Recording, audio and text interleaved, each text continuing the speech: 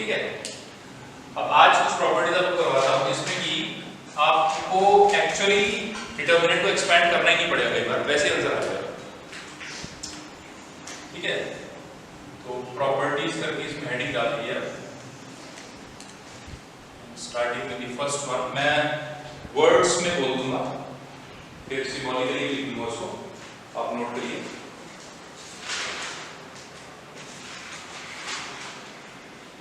The value of a determinant remains unchanged.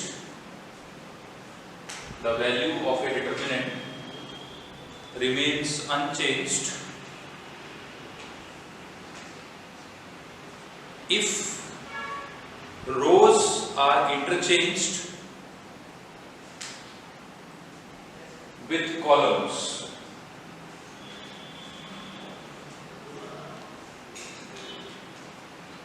If rows are interchanged with columns, mean इसका मतलब ये है कि रो नंबर 1 के जो एलिमेंट्स है वो कॉलम 1 बना दिया, रो 2 को कॉलम 2 बना दिया, रो 3 को कॉलम 3 बना दिया। जब हम ऐसा करते हैं मतलब इसको सिंबॉलिकली मैं ऐसा लिखता हूँ, तो जैसे सपोज मेरे पास एक डिटर्मिनेंट है a b c d e f g h i, तो इसकी वैल्यू अनचेंज रहेगी अगर मैं पहला वाला कॉलम कर दूं, दूसरा रो दूसरा कॉलम कर दूं और तीसरा रो तीसरा कॉलम कर दूं। जब हम ऐसा करते हैं तो जो नया डिटर्मिनेंट बनता है उसको बोलते हैं transpose of the original determinant. ठीक है ना, जैसे ये वाला डिटर्मिनेंट अगर मैं कहता हूं डेल्टा है तो this is called as delta transpose, written like this.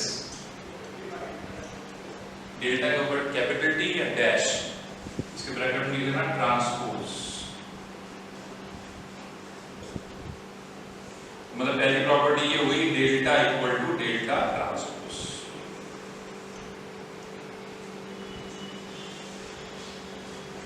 ऐसा क्यों हो रहा है? It is quite obvious. हमने डिस्कस किया था कि डिटर्मिनेंट ऑफ थर्ड ऑर्डर को जो है हम लोग 6 तरीके से ओपन कर सकते हैं, अलोंग एनी रो और अलोंग एनी कॉलम। ठीक है, तो जब मैं इसको रो वाइज ओपन कर रहा हूं, जैसे मैंने अलोंग रो 1 ओपन किया इसको और उसी तरह मैं इसको कॉलम 1 के अलोंग ओपन कर लूंगा, तो आंसर तो वही है, साइन सी में वही है। यहां पर भी प्लस माइनस प्लस आएगा, यहां भी प्लस माइनस प्लस आएगा, तो I will get the same result. और इसका मतलब एक चीज और भी यहां पे, जो भी प्रॉपर्टी रोज के लिए एप्लीकेबल होगी वो ऑटोमेटिकली कॉलम के लिए भी अप्लाई हो जाएगी।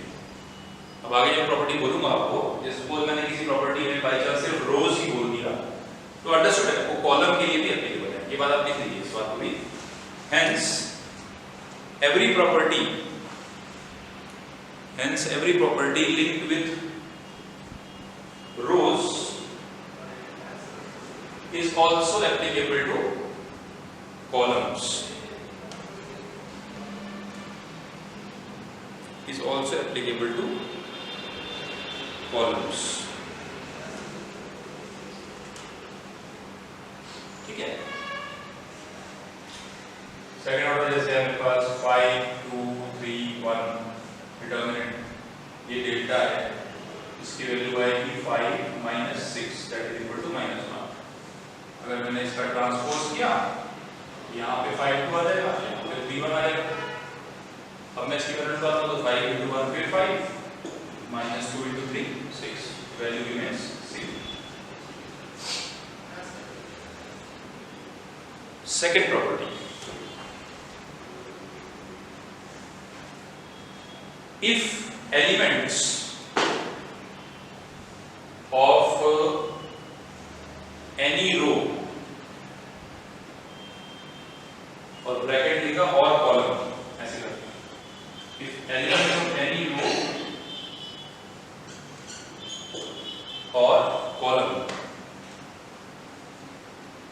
are all zero,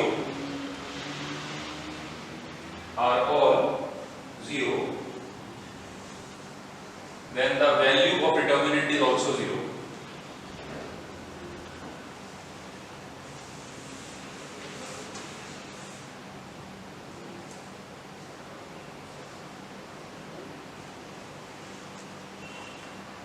सो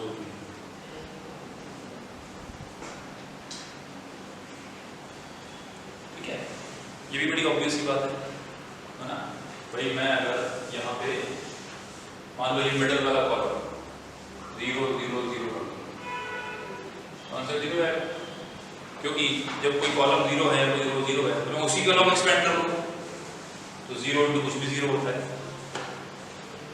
2 0 नहीं, तीनों 0 तब 0 है, मतलब गारंटेड तब 0 है। अगर 2 0 होंगे तो गारंटेड नहीं है 0 आएगा, मतलब कुछ और भी आ सकता है।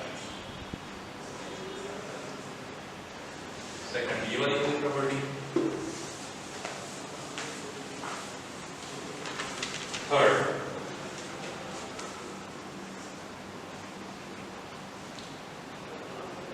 if any two rows are interchanged,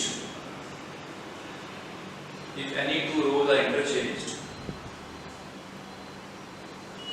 the value of determinant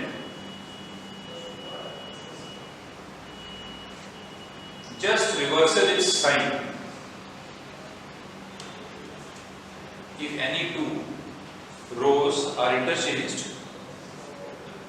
then value of determinant reverses sign. अच्छा, मैंने यहाँ कॉलम नहीं बोला लेकिन अंडरस्टूड, अगर कोई दो कॉलम भी इंटरचेंज करते हो तो भी साइन रिवर्स हो जाएगा। कहने का मतलब ये है कि अगर इंटरचेंज किया आपने और पहले आंसर 30 आ रहा था तो आंसर -30 आएगा, न्यूमेरिकल वैल्यू वही रहेगी, आंसर का साइन चेंज होगा।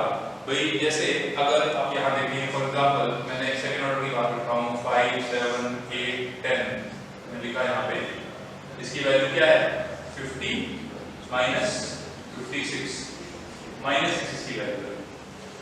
अगर मैं सपोज रो 1 इंटरचेंज टू रो 2 करूँ, इसको ऐसे लिखा जाता है, जब हम इंटरचेंज करते हैं तो रो 1 बिकम्स रो 2 बिकम्स रो 1, तो क्या होगा नया टर्म आएगा, उसमें ये पहले आएगा 8 10 और नीचे आएगा 5 7। अब मैं अगर वैल्यू निकालूंगा 8 7 या 56 माइनस 50, आंसर 6 आएगा। तो न्यूमेरिकल वैल्यू वही है, साइन चेंज।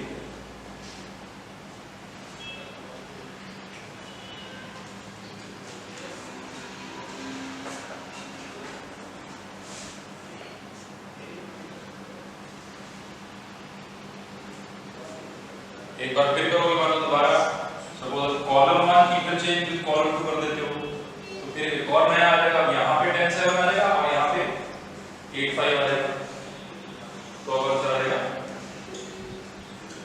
फिर से -6, क्योंकि 2 बार कर दिया ऐसा तो 2 बार माइनस बाहर आ गया। इस प्रॉपर्टी को आप इस तरह से लिख सकते हो कि भाई जैसे थर्ड ऑर्डर की बात करता हूँ A B C D E F G H I, तो मैंने कोई भी दो कॉलम जैसे मान लो इंटरचेंज किए, suppose I perform the operation column 1 changes to column 3 and column 3 changes to column 1। इसमें एडजेसेंट वाले भी चेंज कर सकते हो और दूर वाले भी, ठीक है। तो फिर यहाँ पे मेरे पास आ जाएगा C F I B E H और A D G, और यहाँ पर मुझे माइनस लगाना पड़ेगा, मुझे सेव रखना है, क्योंकि इसका जो वैल्यू आएगा मैंने समझाया पहले कुछ वैल्यू आ रही थी, मान लीजिए के इसकी, अब आएगी माइनस के, दोनों सेम रखना है तो माइनस और माइनस के बिकम्स प्लस। क्लियर?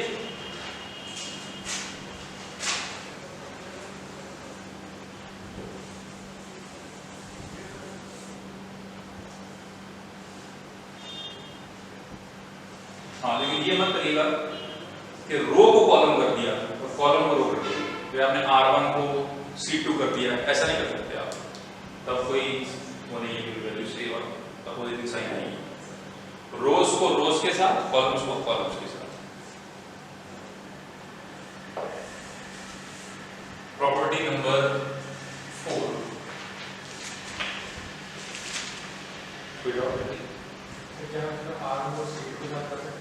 मैं वही बोल रहा हूँ, मेरी बात सुनिए ना, नहीं इनकी बात तो हो रही नहीं सर। मैं कह रहा हूँ रोज को कॉलम के साथ नहीं, रोज को रोज के साथ, कॉलम को कॉलम के साथ। अब इसके बाद मान ले तो दोबारा तो मान लिया ऐसे करता है ना। अब मैंने नेक्स्ट ऑपरेशन किया, मान लो R1 इंटरचेंज विद R3 घटते जैसे।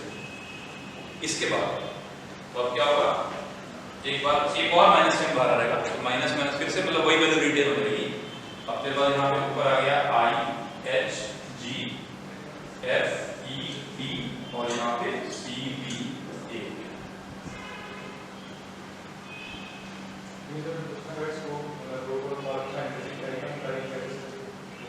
रो को कॉलम होगा ही नहीं, बात तो सही है, ये बात बड़ी अच्छी बोली है।